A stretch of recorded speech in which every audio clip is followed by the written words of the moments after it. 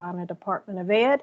If we were on an airplane, this is when I would say, if you are not on the correct plane and planning to come with us to the land of special ed, you need to get off of this plane. I hope that everyone is doing well, is safe, and as sane as we can possibly be in our current situation. And I am going to ask Sandy if she will watch the chat box for us so that, yes, ma'am. Thank you. Oh, yeah, I should have turned off the notifications. All right, happy Cinco de Mayo, everyone. I hope that you are going to celebrate appropriately this evening and enjoy the day. We're going to talk today about the LEA determinations and our system of tiered assistance letters that just went out in draft. If everyone would mute, please. Okay.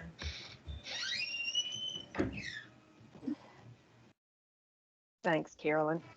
Our root cause analyses, Barbara Drayton is going to join us to remind us about some of the procedures surrounding placements at Pine Grove.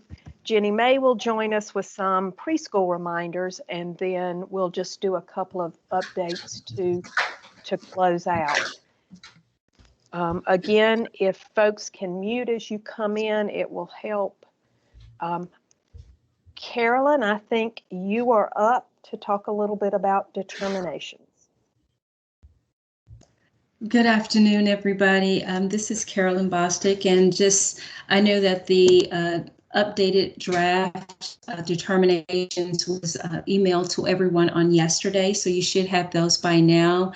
This is just a brief summary overview of the determinations if there are no changes. As you can see, over the last 4 years, the meets requirement has increased from 17 to 49. Needs assistance is decreasing from 61 to 36. Needs intervention, there is a slow decline, but based on the results, the tentative results, you can see that things are progressing in the direction in which we want it to go. I've included the scoring rubric as well, so that you could see what the points scale rating would be for meets requirements, needs assistance, needs intervention, and if there were any LEAs to fall within the needs substantial intervention, you would see that as well.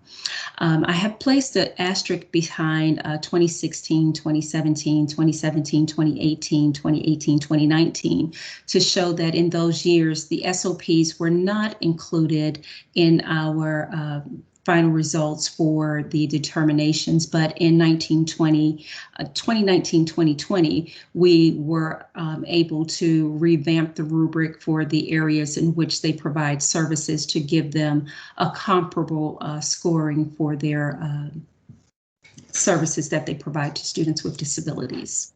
Next slide. Next slide. Just a couple of data reporting reminders. If districts will have until May 28th to dispute any inaccuracy that they find on their profiles or determination. Becky, someone said they can't see the slides. The profiles are just a summary of your indicators and your table reports that you submit to the office, and that is done to be compliant with our public reporting requirements for OSEP. The determinations are points based. So once again, if you have any disputes of inaccuracy, please submit that to the Special Education Services. I'm going to hold up a few until we can get the slides adjusted. I can see it on my side, Becky.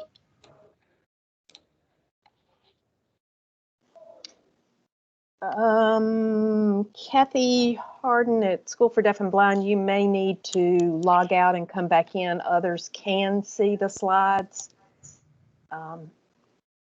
Okay. Okay. So once again, I just want to reiterate that districts have until May 28th, close of business, to submit disputes to the Special Education Services at ed.sc.gov email address. Indicator 8, reporting districts. For those districts that are reporting this year, just a reminder to send us the student ID number, as well as the language that the students may need the survey in other than English by next Wednesday, May 12th. Our targeted mailing date to have it sent out to those reporting districts is May 21st, provided everything goes according to plan with our print shop within the agency. The ESY, because we had so much inconsistencies with what you had in your actual districts filed compared to what was pulling from the IEPs this year, you will submit your total on your certification form. So once you submit your certification to us, that certification will entail the final number of students, and that is due June 30th. That will be sent or should be sent to the Special Education Services at ed.sc.gov email address as well.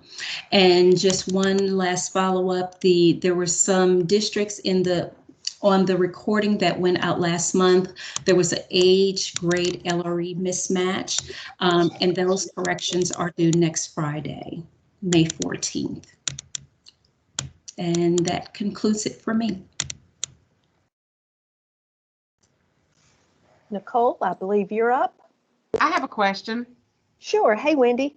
Hey, so we're the language question about what language they need to survey in. If you've got 2,000 kids on your list, how are you recommending we make that decision? Because I'm not in the school with those kids to know who they need interpreters for.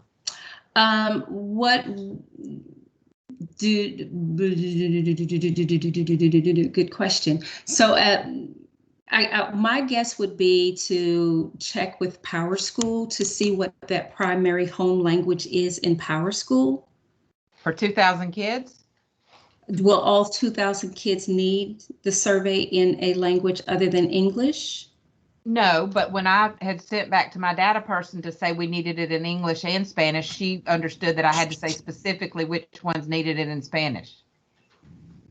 Right, because what we're trying to do is make those surveys available in the language in which they'll need to take the survey in. So if I don't know, Becky, Nicole, any insight? Yeah, I think what we'll have to do, I had thought that what we were sending out to districts is kind of give us an idea of what languages you need the surveys in so that we can make sure that we've got them translated into other languages. Yeah, I can do that. Okay. Yeah, so there's language, not necessarily who the students are. Correct. We'll have to figure out a way because there's no way districts could go through and just okay. I think what we need to know is what languages other than Spanish do you anticipate needing the surveys for the parents in?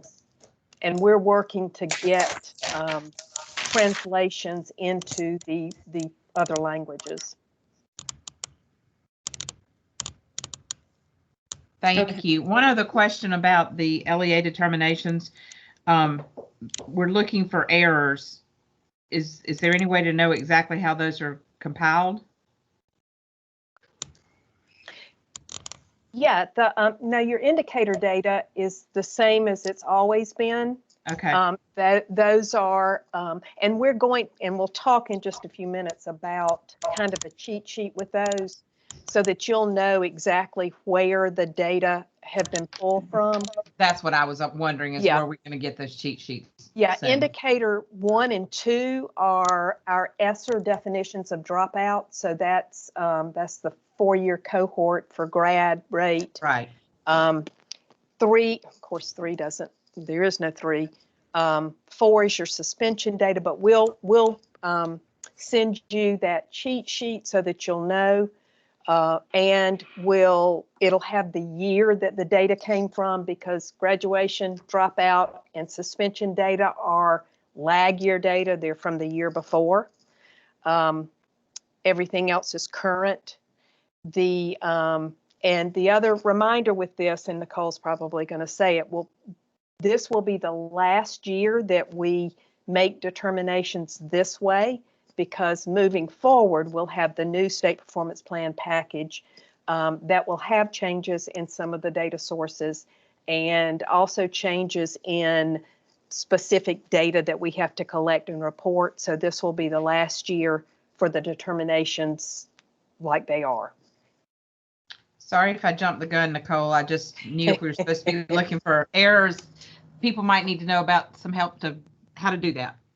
That's a lovely segue into Nicole Adams.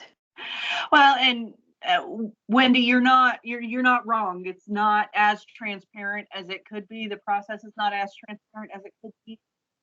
And I would like everyone to know that we are working as we make changes to the LEA determinations, how to improve them, because even I went through and read some of like when you read the rubric that's on the second page of your guys's determinations. When I read them and went through them, I kind of went, well, what does that mean in this case, or this case, or this case? And so we are definitely working towards very, very transparent rules for that. For the LEA determinations piece, the profiles will be a little more in-depth. The profiles come straight, like that's dictated to us where those data sources come from and how we get that information. But the determination piece with the performance factors, we have complete control over, and there's no reason why we can't be perfectly transparent with how you should be able to get that data. And we're working on that, and we will get there. The initial SOTA letters, so the system of tiered assistance, it comes down, the big SPP indicators that are in your profiles are the ones, it's stuff we have to report, we don't have a choice. And then it comes down to the determinations with the performance factors and the ratings that we do have much more control over, and that we are looking at giving more of an outcome focus.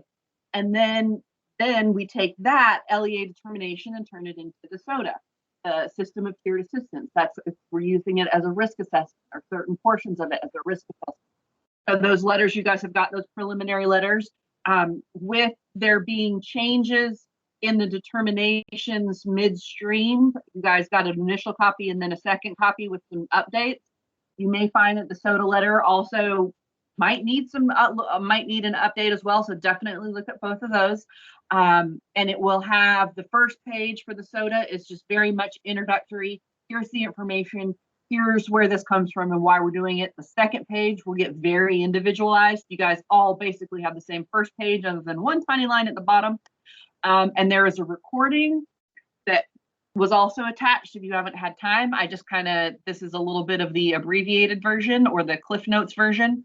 Definitely check those out. The results will be dependent on what's finalized on May 28th.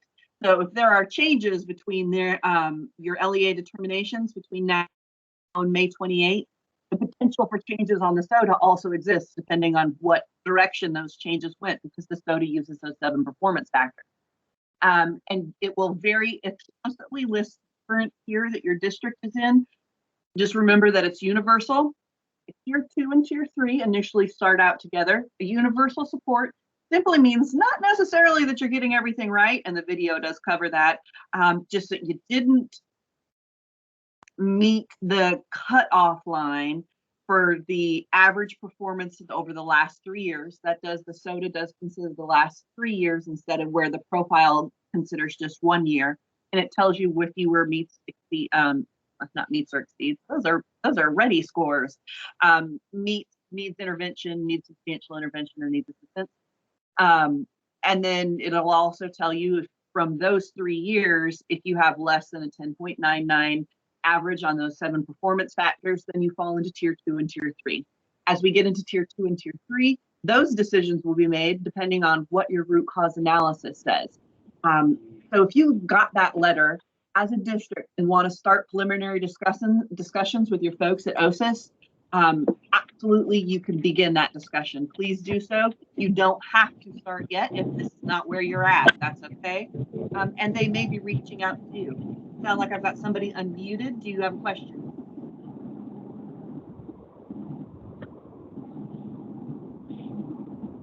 All right. If we haven't got any questions, can we go to our next slide?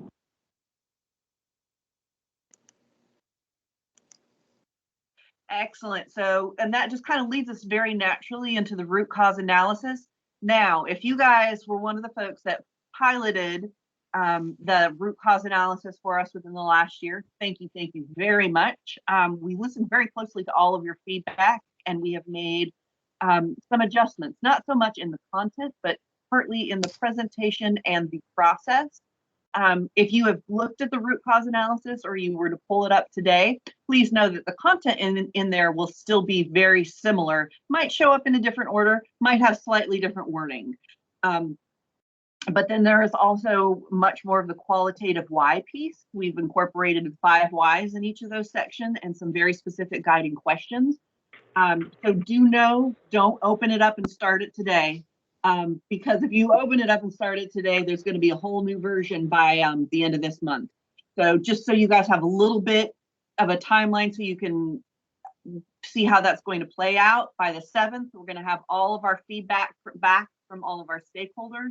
We will have finalized it by the 14th, and then we need to give our tech people, because there is a format change, a substantial format change. So we need to give them enough time from the 14th to the 30th to make the internal changes to that form itself.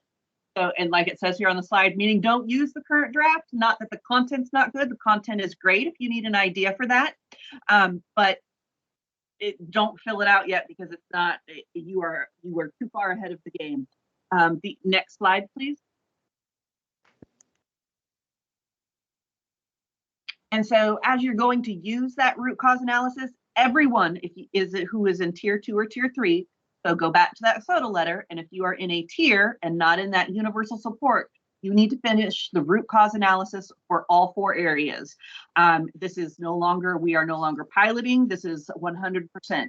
So this is part of the process. You have to finish all 4, including the guiding questions and the 5 whys. So understand that you are going to, before you jump into this, there's data up front, and that there is collaboration on the back end that you are going to have to, and in the middle, you're going to need to be reaching out to different groups of people, especially your regular ed folks. For the early childhood one, you might have some outside stakeholders involved in that. Post-secondary, you're going to want your post-secondary teams there.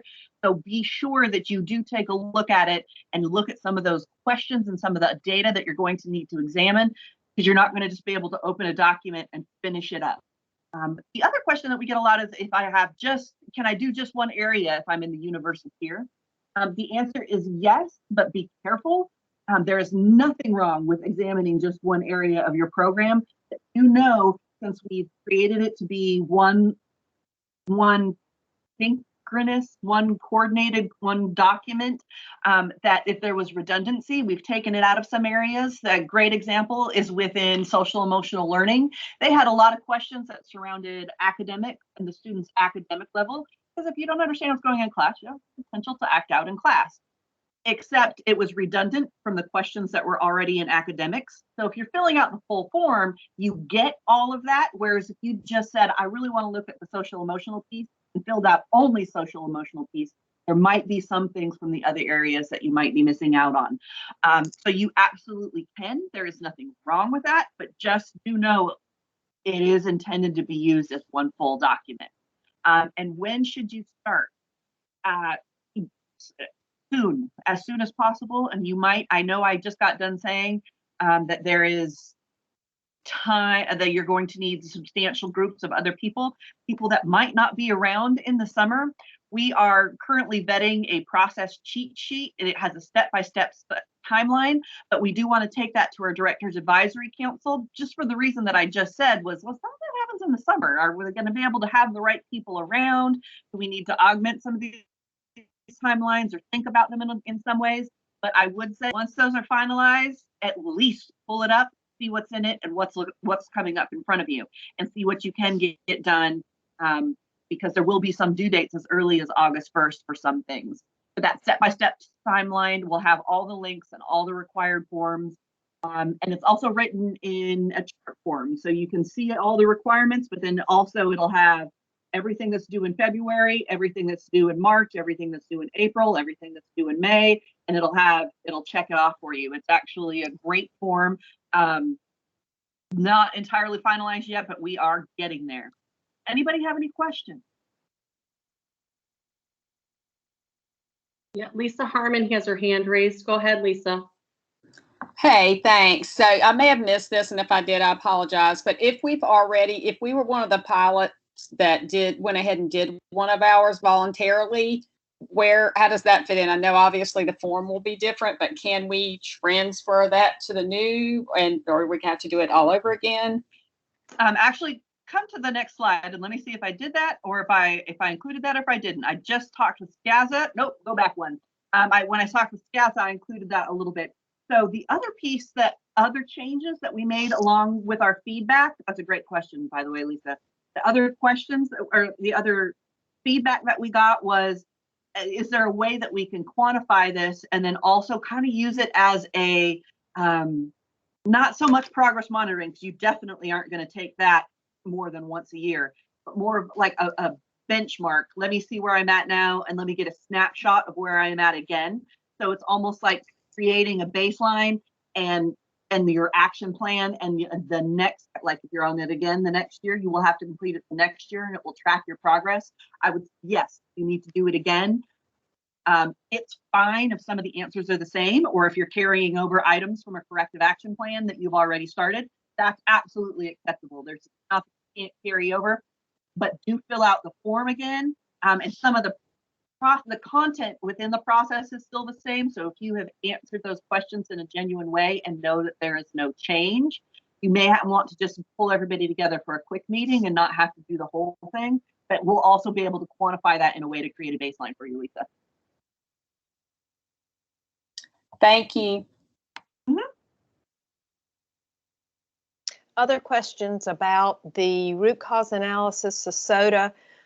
Again, this is a living process. We do want it to work for everyone. The purpose is to improve outcomes, and we can't do that unless we know why our data are what they are. And so feedback will continue to be welcomed with this process. All right, other questions?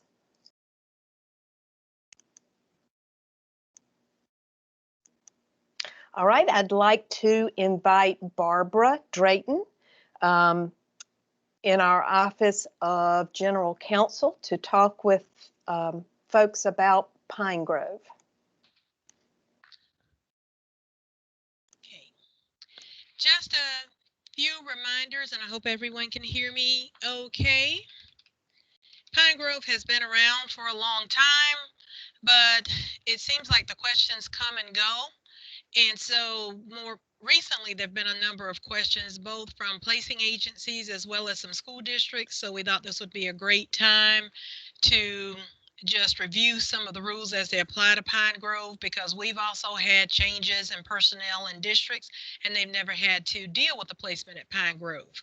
But Pine Grove is it's a facility, a residential facility that's located over in Elgin, which is in Kershaw County. It operates a private school component, but that private school has agreed to comply with all the federal and state requirements that are related to the education of students with disabilities. So just with that particular bit about Pine Grove, it's different from many of our other private schools that are in the state. It came about when we had a lot of state agencies and parents placing kids out of state because we didn't have sufficient facilities in South Carolina. So this was kind of a little I guess, agreement that was reached with the owners at that time and our state legislature, so that state agencies would have a place in state to place some of these kids and not have to fund placements out of state. So again, Pine Grove, it is a residential placement. It has a private school component. So all the kids who are placed there and live there are then enrolled in the private school that is at Pine Grove. And Pine Grove is not a part of the Kershaw County School District. It does not fall under the foster care or group home proviso, and it does not fall under the residential treatment facility proviso. Okay, so you want to know then, well, what is it? You know, how do the kids get there? Again, the kids are placed by state agencies. So anytime that there was a memo that was issued, like back in 2004, June 25th of 2004, it was then reissued on February 14th of 2013 when Kathy Boschhammer was the director. I'm going to just reiterate some of the information from that memo because some of you have said you don't have it, and just we'll probably hopefully be reissuing that memo because some of the language needs to be updated. More specifically, like it refers to HSAT versus end of course exams, but we do need to update the language. Okay. Next slide.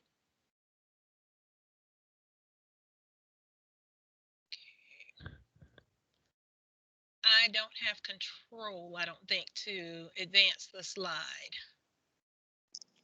Barbara, so this should say who is responsible for ensuring placement, or do I need to go to the next? No. Well, yeah, you can go to the next. Well, that's easy for you to say. There we go. Okay, so because they are public placements, even though I understand the school district is not the one that's placing the child, they are being placed or referred by state agencies. And because of that state involvement, public education is still responsible for ensuring that the students receive a free, appropriate public education. So if you receive notice that you have a student who is going to be placed at Pine Grove or who has been placed at Pine Grove, automatically know that it is your school district's responsibility to collaborate with Pine Grove to ensure the student receives a free, appropriate public education, because all of the students placed at Pine Grove have disabilities. Now, who is that school district that's responsible, and who are we calling the home school district? Well, it's the same as with those kids who are in foster care, group homes, and residential treatment facilities. It's the district where the child was at the time that they were taken into the custody of the state. Over the last couple of years, it's become a little bit easier to know if you're that district because of the best interest determinations a lot of times that are occurring prior to the placement.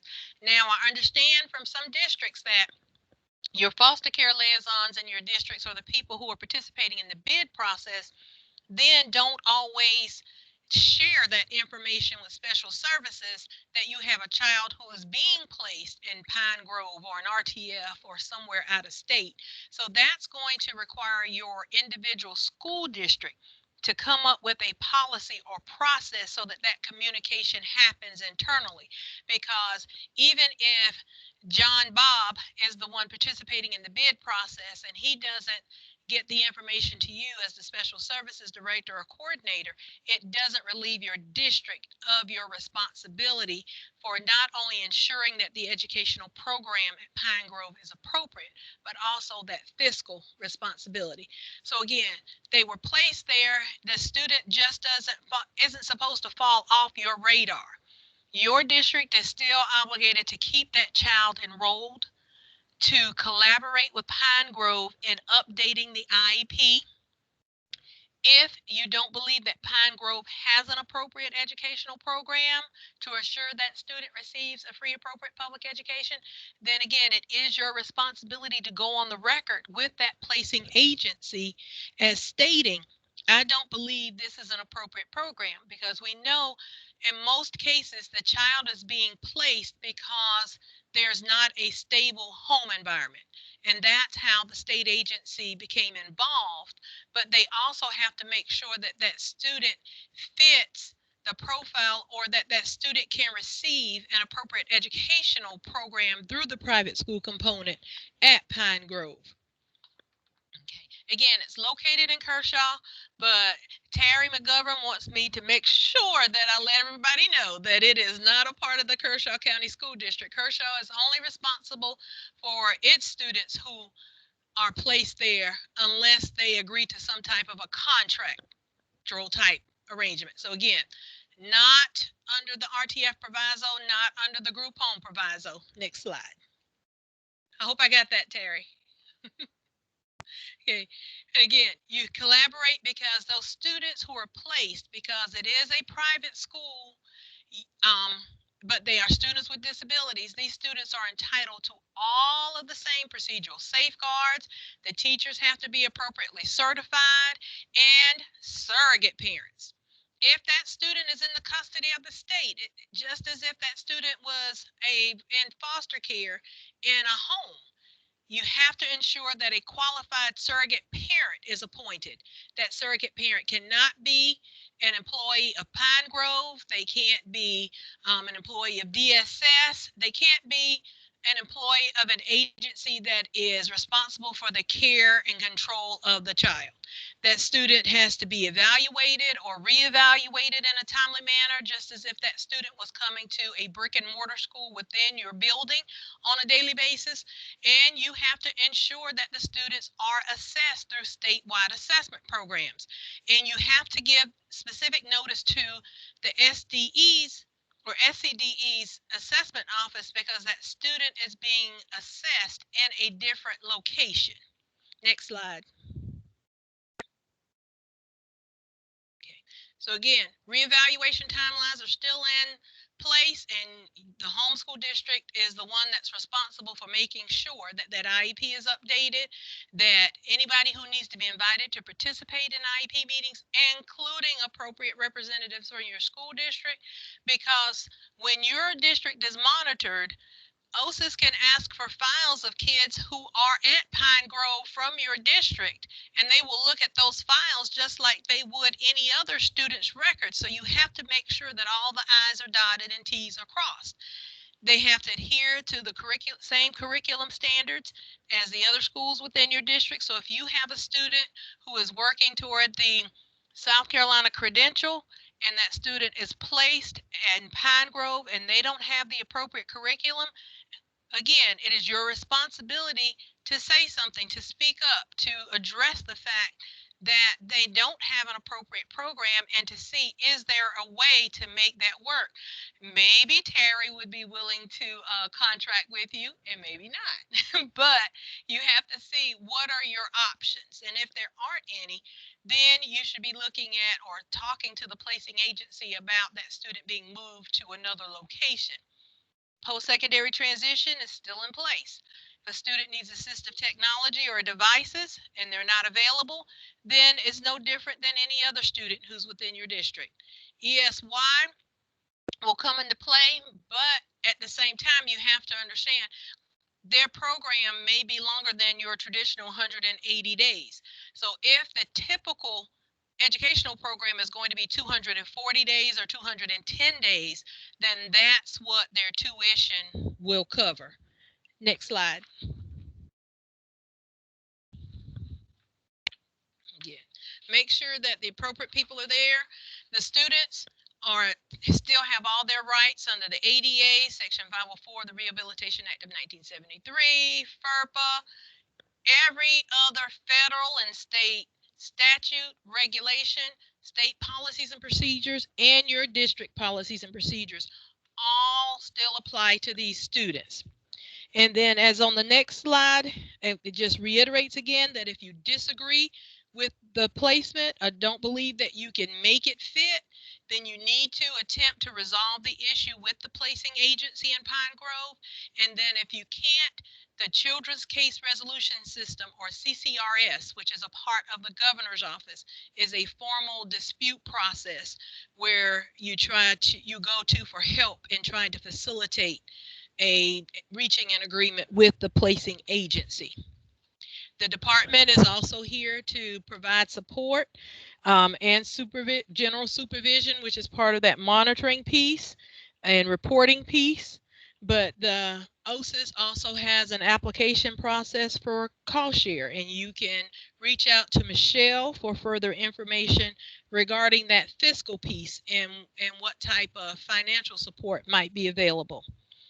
You can advance 2 slides. One of the things I want to mention is not only do we have DSS doing more placements at Pine Grove now, my understanding from one of the directors, and we verified this with Pine Grove and during a call last week, they also now have some CTHs, some community training homes, where DDSN may be placing students, and it could be a student who is 18, 17 or 18, and they are doing the community training homes. But even with the DDSN placements, they then enroll in that private school component. So where most of your placements apparently will be through either DSS or DDSN.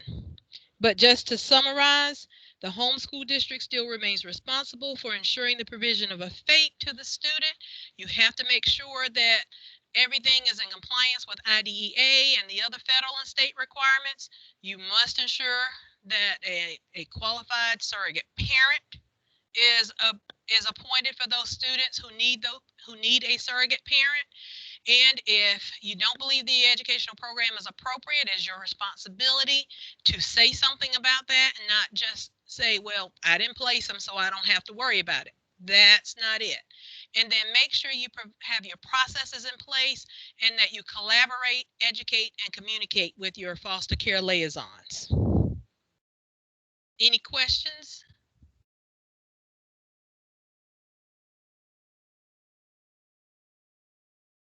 I think Terry put in the chat box that I will be more than happy to work with any of my colleagues if they have a student placed at Kershaw County and in Pine Grove. And then he has $50 signs.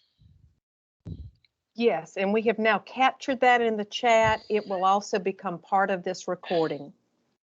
Thank you for the offer, Terry.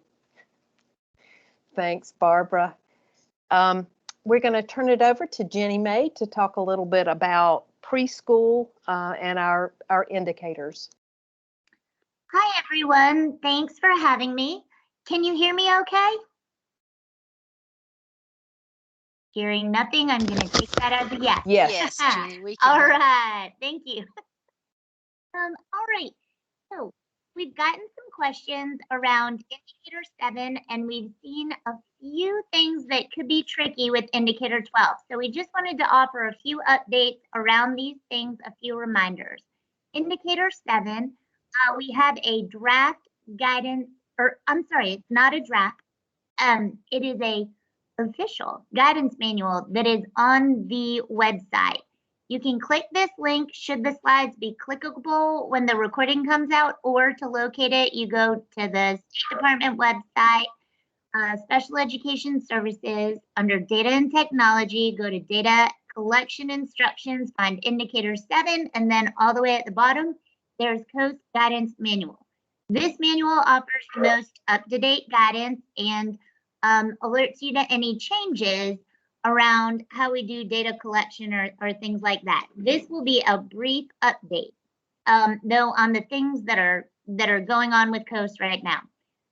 I know that there will be a fair number of questions at the end of this, so please do email them or include them in the chat.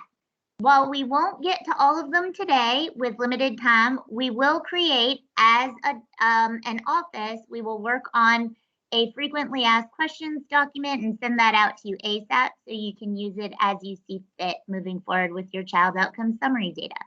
Next slide, please.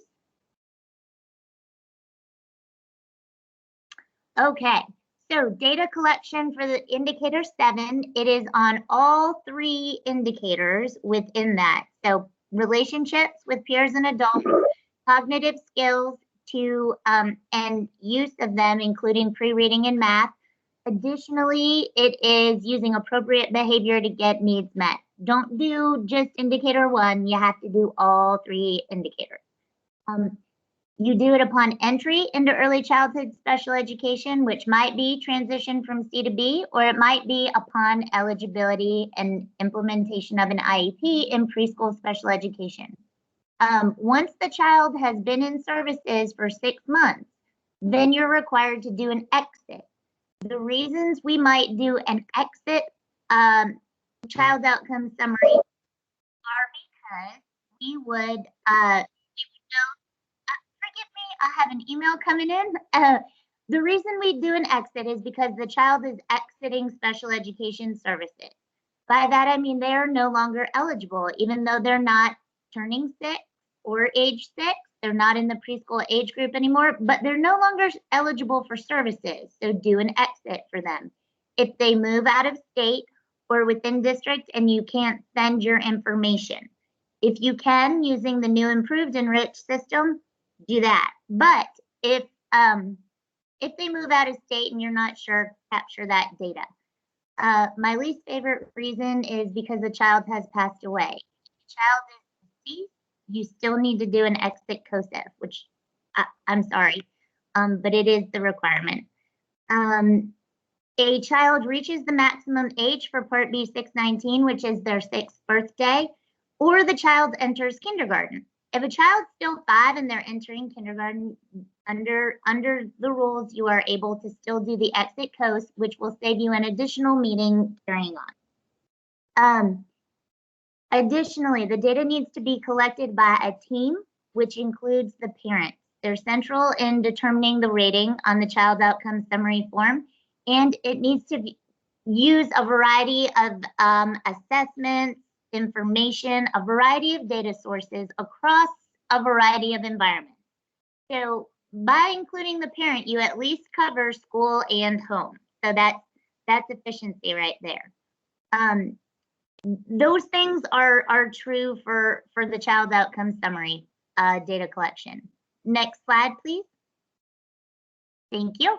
You will use this decision tree to figure out the score as a team. So I know you all have seen that. I'm not going to go over it in the interest of time, but I wanted to show it here. If you haven't seen it, please do email the Special Education Services EC email address and we will get that to you. Or you can check it out. It's in the manual on the website. Next slide. All right. So we report pairs of entry and exit scores for students. The only exception is when a student moves from another place and you might not have one of the scores, then you complete it and send, and you can also email the data team or the Special Education Services website or email address should you have questions around that. There's a pre-check opportunity before final data submission, and I encourage you to take advantage of that. Our data team spends a great deal of energy making sure that we can get all of our information correct and complete before we submit to the federal government. And so the pre-check is very helpful. Even though it might feel like an extra step in your data reporting, it's a good one. I think, thank you. Thank you so much. Just one slide, please. All right, perfect. Now we're going to move on to indicator 12. Children who are eligible for Part C as they are turning 3. So in that time when they're 2 years, 9 months old, and we're beginning the transition process and are planning things that way, they cannot be screened out of an evaluation. What we mean by that is that their eligibility and their intervention services in Part C are reason enough to suspect that they have a disability. As such, we need to consider the impact of their early intervention services in the Part C system as a reason why a child might not appear to screen into an eligibility if you gave them one. So I said that very convolutedly, so I'll say it again. Early intervention services have to be considered as the reason that a child would screen out. And so our supports and their efficiency of our early intervention services cannot make a child ineligible for Part B 619 services. Next slide. For students who are deaf and hard of hearing, early childhood is a particular time of child development where language occurs, where they start to hear sounds and letter sounds. It's very, very related to our pre-academic skills of pre-reading. It provides context and background knowledge. It's very connected to behavior. If a child can't hear what you're asking them to do, then it's going to be unlikely that they actually do it. And it's also important for social emotional development and relationships. So that loops back to indicator 7 we just talked about. What we don't want to do is wait for a child to fail, as we consider kids might be screened out of preschool services if they have hearing loss. They might take a substantial amount of time. Our friends at the School for the Deaf and the Blind have told us that it can be until 3rd grade when we realize that they still need these services, and then we've missed kindergarten, 1st and 2nd grade of intervention services that would have benefited them and impacted their academic outcome and social emotional development. So we don't want to wait to fail. What we want to do is we want to have a smooth transition so that every young child has what they need specific to early intervention services and deaf and hard of hearing services. Next slide, please. All right. Again, as a reminder, I'm here to just make sure that we have these pieces of information. Any questions you have, please either put them in the chat or go ahead and shoot that email off, and we'll collect them and make sure we get responses to them. That's all for me. Thank you so much. Oh, but now what? We'll collect those questions, answer them, and send them out in written form, frequently asked questions document around those 2 items. And that's the end for me. Thanks, Jenny. I appreciate that. A couple of just kind of quick updates. You have all seen the memos that have been flying back and forth related to Medicaid and speech language therapists. As you probably know, DHHS, the director there, stepped down around Christmas time. They have just had a new person appointed. So they are doing a lot of settling in and some cleanup and some changes. As of right now, the memo that you got yesterday says that speech language therapists are able to bill for Medicaid reevaluations. Now, remember that a reevaluation under Medicaid is what we consider gathering that information that you're going to need for the annual review. Our definition of a reevaluation is that 3-year triennial or that assessment that we do to determine continued eligibility and need for special ed and update educational and functional needs. But under Medicaid, they call their reevaluation is the gathering of information for an annual review. Our office is working with the Office of Medicaid Services on a guidance document that will contain a crosswalk of terms like reevaluation, so that when Medicaid folks say reevaluation, we automatically interpret that into information gathering for annual review and vice versa. There will also be a crosswalk of the processes involved in Medicaid eligibility and redetermination of eligibility and IDEA. We're having lots of conversations about medical necessity versus educational necessity of a goal. And we know that educational necessity has to be there. That is our concern under IDEA. And so we are working with the Office of Medicaid Services staff to provide some guidance on how, if you are going to seek reimbursement for some of the services under Medicaid, how, what language you both would need in order to, the goal would need in order to satisfy both. The question has been, are SLTs able to bill for initial evals? We are asking about that. However, my understanding is they have not been able to bill for initial evals before now. We are seeking clarification on the clinical fellow year for providers as well. We are revisiting with the new folks at HHS the progress reports. And again, all of that, none of that has fallen off of our radar. I think we are in a good position now that Medicaid has hired their new folks to be able to talk with them. The director in our Office of Medicaid Services is working extremely hard to learn about IDEA. She came to us from HHS, so she knows the Medicaid part, and she is working very hard to learn the IDEA part, the school nurse part, the counselor part, all of those things that try to dovetail or don't always so nicely dovetail with Medicaid and billing. So we hope to have that guidance document out late summer, and it will be a place where your Medicaid people can go to say, oh, this is what it looks like under Medicaid, or this is the language we would use. Your IDEA people would it be kind of like a translation guide as far as the processes. We will talk about language necessary to meet medical necessity. And again, if you have questions, please let us know. Our Office of Medicaid Services is very willing to revisit things. As Venetia Perrin settles in, she has been great about coming to us with questions.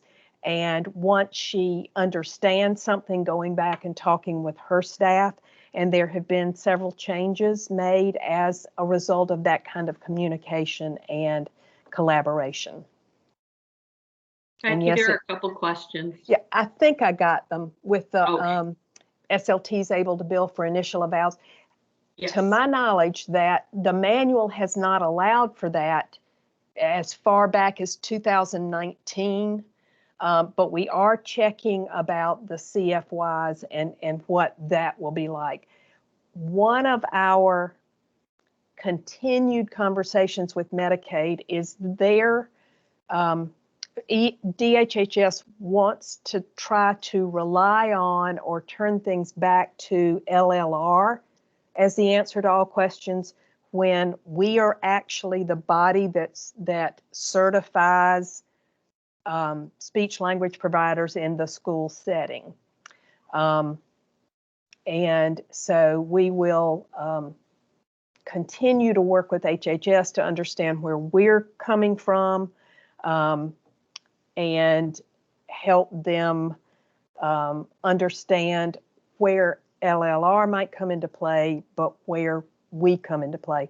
Barbara's been working hard with us to provide the language that talks about the responsibility for certifying or credentialing speech language folks who work in a school setting is the responsibility of the Department of Ed, not LLR.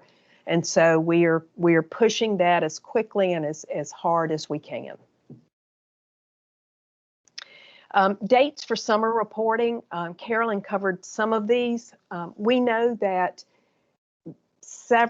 many of the districts have extended your school year into mid-June or some into the next to the last week in June to try to get as much instructional time with students as possible. We have looked at where our dates fall. Some of the dates like extended school year is a state established date, so we were able to move that back to June 30th. And so when you turn in your numbers on or before June 30th, that you should have made your decisions on who's going to receive ESY services that summer. The other data that are due, Indicator 7, Indicators 11 and 12, and then our two tables,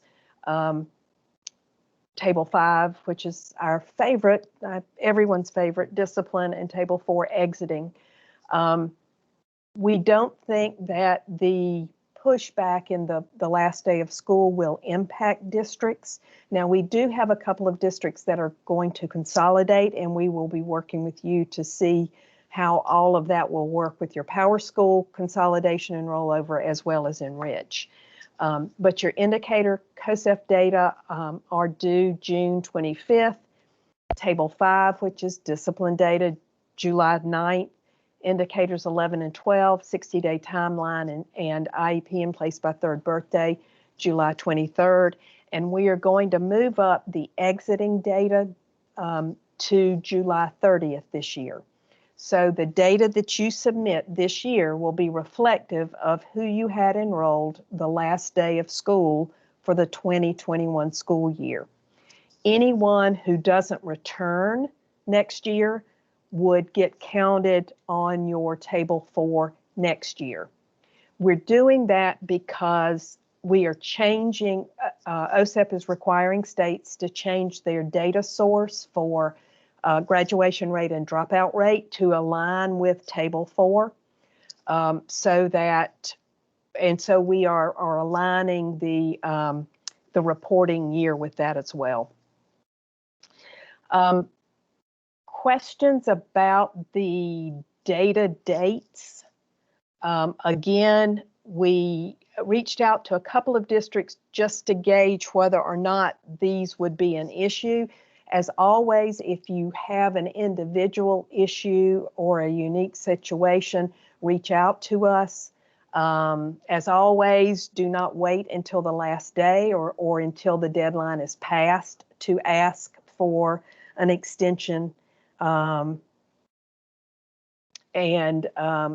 We need to know that ahead of time. And I think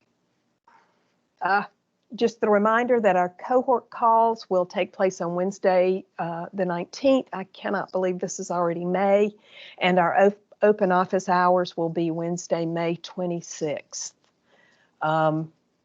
We will be sending out some information that's updated. We talked a good bit last July, August, and September about the differences between extended school year, compensatory services, then what we were calling supplemental school services, and regular summer school and recovery services. We'll be sending out an updated chart for you just as a quick reference for that. With extended school year, I know that some of those decisions have already been made, and it would have been based on, you've already done your annual reviews because it had to be based on when you did the annual review last year. But I also know that some of those decisions get made during a special review, which could be taking place in June. And so we did push that reporting time back, or that date back. Questions, comments? Becky, could you bring up the deaf-blind study? Oh, yes, thank survey? you. And Sandy's going to put that in the chat. Please complete the deaf-blind survey for those of you who have those students in your districts.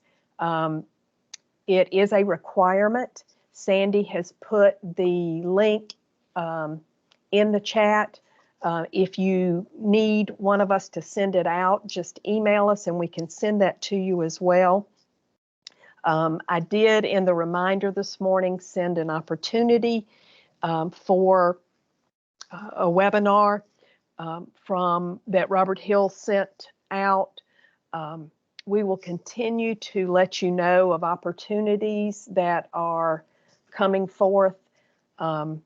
And hope to be able to get information about our technical assistance providers this summer and what they will be providing. So our Transition Alliance of South Carolina, TASK, Behavioral Alliance of South Carolina, BASC, our South Carolina Preschool Inclusion Project, Skippy, will all be providing opportunities for professional development this summer in those areas.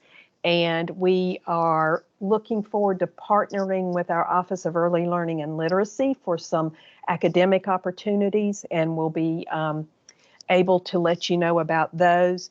We will not have what we would have considered research to practice in the past. It will be more along the lines of these distinct areas for professional development. All right, I thank you all. I give you back a whole minute of your day. I appreciate everything that everyone's doing. As always, if you have questions, don't hesitate to reach out to me or anyone in our office. Thank you all.